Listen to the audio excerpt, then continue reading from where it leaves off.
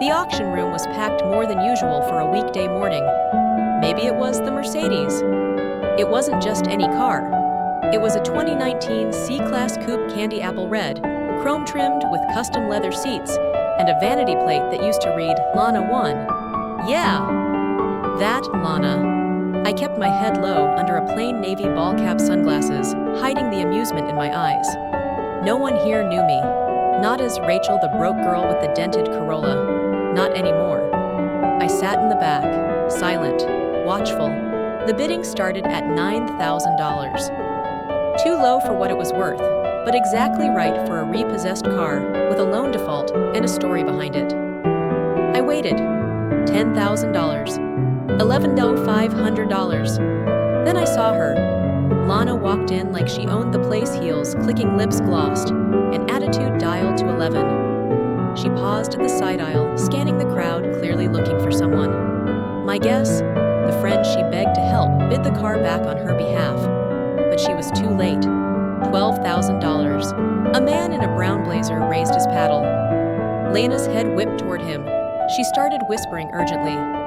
I waited until $13,500. Then I raised my paddle. Bidder 42, the auctioneer barked. 14,000. Lena turned around. Her eyes scanned the room until they landed on me, cap-pulled low sunglasses still on. She froze. Her mouth opened just slightly. No words, no smirk. Just that split second of recognition the moment she realized who I was. $14,500. Her friend bid again. She gripped his arm, trying to play it cool. But her jaw was tight. Her confidence was crumbling. I raised again. $15,000. The room went quiet. A few heads turned toward me, curious. The auctioneer looked around. Any more bids? Lana whispered something harsh. Her friend hesitated, then slowly lowered his paddle. Going once, going twice. Sold to bidder 42, the gavel dropped. I stood up, walked calmly to the table, signed the papers. When I turned around, Lana was right there. She looked me up and down like she was trying to figure out how the math didn't math. You bought my car? She said, voice shaky. I took off my sunglasses. Let her see my eyes. Not yours anymore, I said softly. But yeah, I did. You can't be serious. That's when I cut her off with a small smile. You once said I'd never drive anything better than a toaster on wheels. Guess I upgraded. She blinked, speechless. I turned and walked out. Outside, the sun was sharp and warm. The car key felt solid in my hand, cool, powerful, earned. I didn't buy the Mercedes to prove anything to Lana. I bought it to remind myself they can laugh at where you are, but they'll choke when they see where you go. And baby, I was just getting started. Lana and I weren't exactly best friends, but we used to orbit the same circles. We met in college, took the same intro to marketing course, ended up working at the same agency after graduation.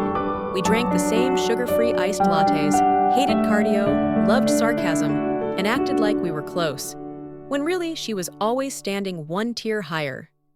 She had everything I didn't, parents who paid her rent, perfect white teeth, a wardrobe of polished neutrals and muted gold. She could walk into any room and make the air shift. I drove a battered 2003 Corolla that squealed when I turned too hard. I lived in a one-bedroom apartment with peeling paint and a second-hand couch. I worked 2 jobs. I shopped clearance. I fixed things with duct tape.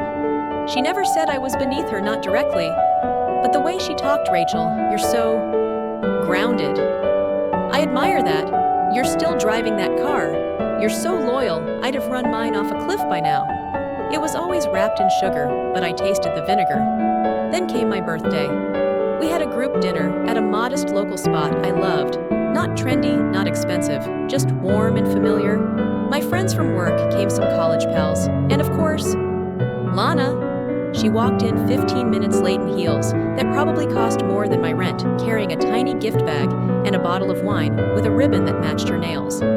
This place is so cozy, she said, scanning the brick walls like they might collapse. We laughed politely. I told myself to ignore it, just enjoy the evening. And for a while I did, until someone, probably Matt from accounting, joked, "So Rachel, When are you finally getting rid of the time machine you call a car? I chuckled, about to answer, but Lana jumped in before I could speak. Oh, come on! She laughed loud enough to turn heads. She's emotionally attached to that thing. It's like her spirit vehicle. If I drove that, I'd need therapy. The table erupted. It was quick, harmless to them, but I felt my face burn. Not because it was so cruel, but because it was true, and it was public. That night, I drove home in the car she'd mocked. Every rattle, every bump, every turn of the ignition felt heavier. I didn't cry. I didn't scream. I just sat in the dark in my driveway and thought, you don't get to laugh at me forever. I didn't plan revenge. I didn't even unfriend her. I just got serious. I started by canceling Netflix and eating beans and rice more often. I picked up freelance writing gigs at night. Blogs, captions, product descriptions, anything that paid. I sold things online. I read personal finance books. I learned about compound interest and Roth IRAs. I listened to podcasts on my way to work and downloaded investing apps instead of TikTok. 6 months later, I paid off 1 credit card. 9 months later, I saved my first emergency fund. 1 year later, I made my first investment. I didn't flaunt it, didn't post about it, didn't tell a soul, not even the friends who'd been at that birthday dinner. But I never forgot the taste of that night. And then, one random Tuesday, while browsing through a government surplus site, a weird habit I developed, don't ask. I saw a listing 2019 Mercedes-Benz C-Class Coupe, repossession auction, starting bid $9,000, owner L. Carlson. I blinked. L. Carlson. It couldn't be, but it was. I called the county office, verified the VIN, confirmed the auction date, and I smiled. Not because I wanted to humiliate Lana, not because I wanted to wave the keys in her face, but because for the first time I was ready. I didn't tell anyone, not my friends, not my coworkers, not even my mom, who usually knew everything before I did. This was mine. When I found the auction listing, I printed it out and pinned it to my fridge. Every morning, I'd look at that little rectangle of paper with its grainy image of the red Mercedes and remind myself, this is not about her. This is about you. It wasn't even really about the car. It was about reclaiming the space inside me that had once been filled with shame. That table of laughter, that silence afterward, that humiliating drive home in the dark. I had carried all of it, quietly, graciously. But now I had a chance to carry something else, something with leather seats and a sunroof. I did my homework, read everything I could about auto auctions, how they worked, how the bidding process flowed, what documents to bring, how to spot planted bidders. I checked my bank account daily. I spoke with my credit union about getting pre-approved for an amount just over the estimated value, just in case I needed to stretch. But I knew one thing for certain, I wasn't going to bid out of ego. I'd set my max. If I lost, I'd walk away proud. If I won, well, that would just be bonus. A week before the auction, I took the day off work and drove to the lot where the repossessed vehicles were stored. I brought a clipboard, wore my best. I'm just here for research outfit, and walked the rows until I saw it. There she was. Lana's dream car. Same vanity plate Lana won, barely hanging on by one screw. The front tires were worn. The interior smelled like a mix of coconut lotion and desperation. A pair of oversized sunglasses still sat in the center console. The seats were pristine. The car had clearly been babied until the bank stepped in. I couldn't help but wonder what happened. Did she stop making payments to keep up appearances elsewhere? Did she prioritize Instagram over insurance? Had someone finally cut off her golden faucet? I didn't need answers. I had paperwork. The day of the auction came quicker than I expected. I arrived early, low-key, no makeup, hair tied back. I registered, got my bidder paddle number 42, and took a seat in the back just as I had planned. The room filled slowly, dealers' flippers, older men in flannel, younger guys in hoodies. And then, her, Lana. She walked in like she was entering a gala. Tight blazer, tight pants, tight smile. I held still. She hadn't seen me. Yet. She looked around as if expecting someone. Maybe a favor she'd called in. Maybe someone else to bid on her behalf. I watched her whisper to a man in a leather jacket. He nodded once. Her insurance plan. And then the Mercedes came up. The auctioneer introduced it, mentioned the repossession, mentioned the mileage, asked for an opening bid. I waited. Someone started at $9,000. A few hands went up. 9,500. 10. 10,500, slowly climbing. At $11,000, the guy in the leather jacket bid. I waited until $13,500. Then I raised my paddle. 14,000 bidder 42, the auctioneer called. Lana's head turned eyes, scanning, searching. She saw me.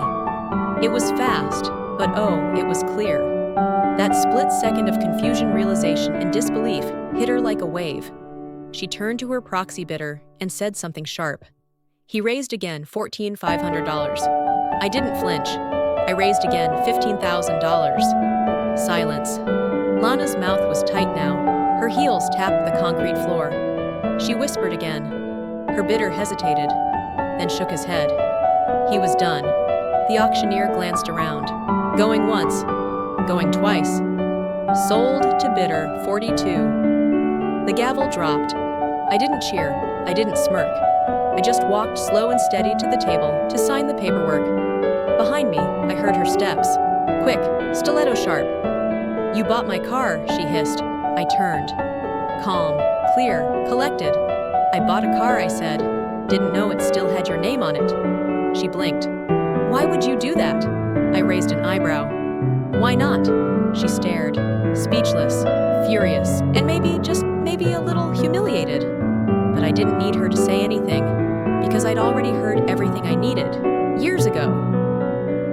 I drove the car off the lot myself. No tow truck, no friend to follow me home. Just me, my hands on her former steering wheel, and the subtle thrill of knowing that for once, I wasn't the one looking up.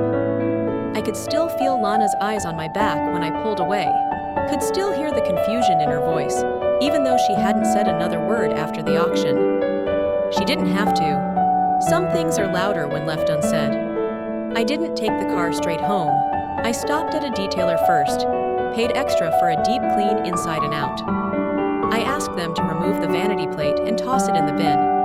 Then I went to the DMV and registered the car under my name, Rachel Elaine Mercer.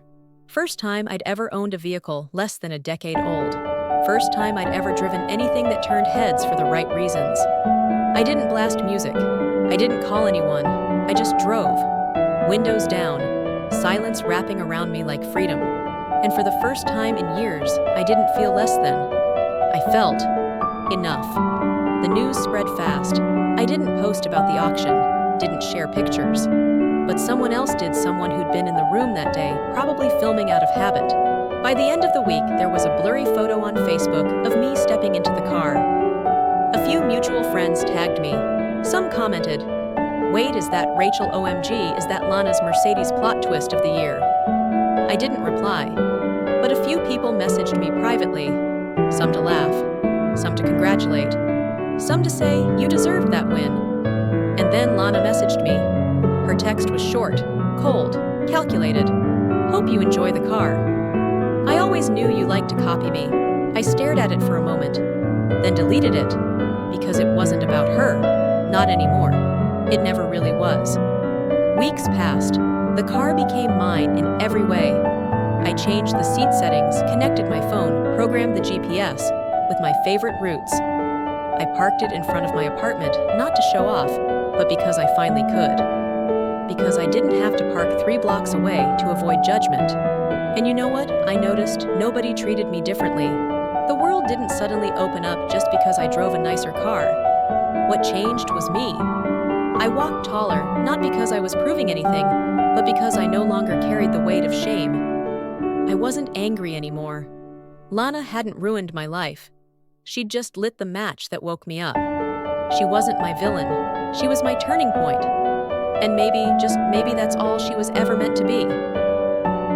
A month later, I passed her in traffic. She was in a silver SUV, older model, no makeup, ponytail. She didn't notice me, or maybe she did and pretended not to. But I noticed something. She wasn't laughing. She wasn't performing. She looked tired. And for a moment I felt, not pity, not triumph, just clarity. Life balances itself. Not always through drama. Sometimes through quiet justice. I never flaunted the car. Never bragged. Never used it to make a scene. But every time I touched the steering wheel, I remembered they mocked me when I was poor. But I rebuilt with grace. And now, I drive forward not to get even, but to move on. Because the real win wasn't buying her car. It was finally leaving her world behind. It's funny what people remember about you. Some remember the car I used to drive, the faded red Corolla, with the dent in the back, and a stereo that only worked when it wanted to. Others remember me as the girl who always said I'm fine when I wasn't. The one who showed up, worked hard, stayed quiet. But I remember something different. I remember the look in Lana's eyes when I won her car at auction. Not anger, not shock, but disbelief. Like the universe had rewritten the rules without telling her. But here's the truth, I didn't change overnight. There was no windfall, no magic check, no dramatic makeover. Just years of choices. Of packing lunch instead of eating out. Of saying no to things that glittered but didn't grow. Of learning, really learning how to take care of myself in ways no one had ever taught me. The Mercedes. That was just a symbol. A trophy maybe, but not the transformation. The real shift happened long before I turned the ignition. It happened the night I was laughed at and chose not to sink. It happened every morning I woke up and tried again, even when no one noticed. It happened in the quiet. Because success doesn't always arrive with applause. Sometimes it pulls up slowly, in a car no one thought you'd ever drive. People still ask me about it. Did you really buy her car? Was it revenge? How did it feel? Honestly, it felt like breathing after holding my breath for years. It felt like walking into a room and not scanning for judgment. It felt like peace. And no, it wasn't revenge. Revenge wants to hurt them. Healing wants to protect you. I didn't want to make Lana feel small. I just didn't want to feel small anymore. And that car. It reminded me that I could rewrite my story without anyone's permission. That the version of me who once stood in silence while others laughed had learned to speak. Even if it was just by raising a paddle. I parked the Mercedes in the same spot every evening.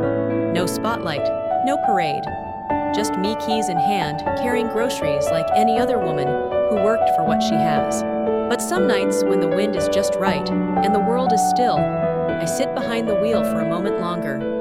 And I remember the doubt, the debt, the birthday dinner, the girl who smiled through humiliation and went home to plot her rise in silence. That girl didn't disappear. She just grew up and bought the damn car. Have you ever been mocked for what you didn't have?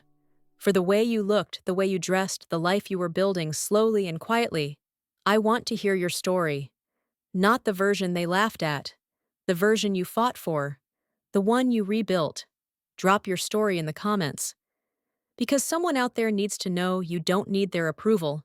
You just need your own keys. Well,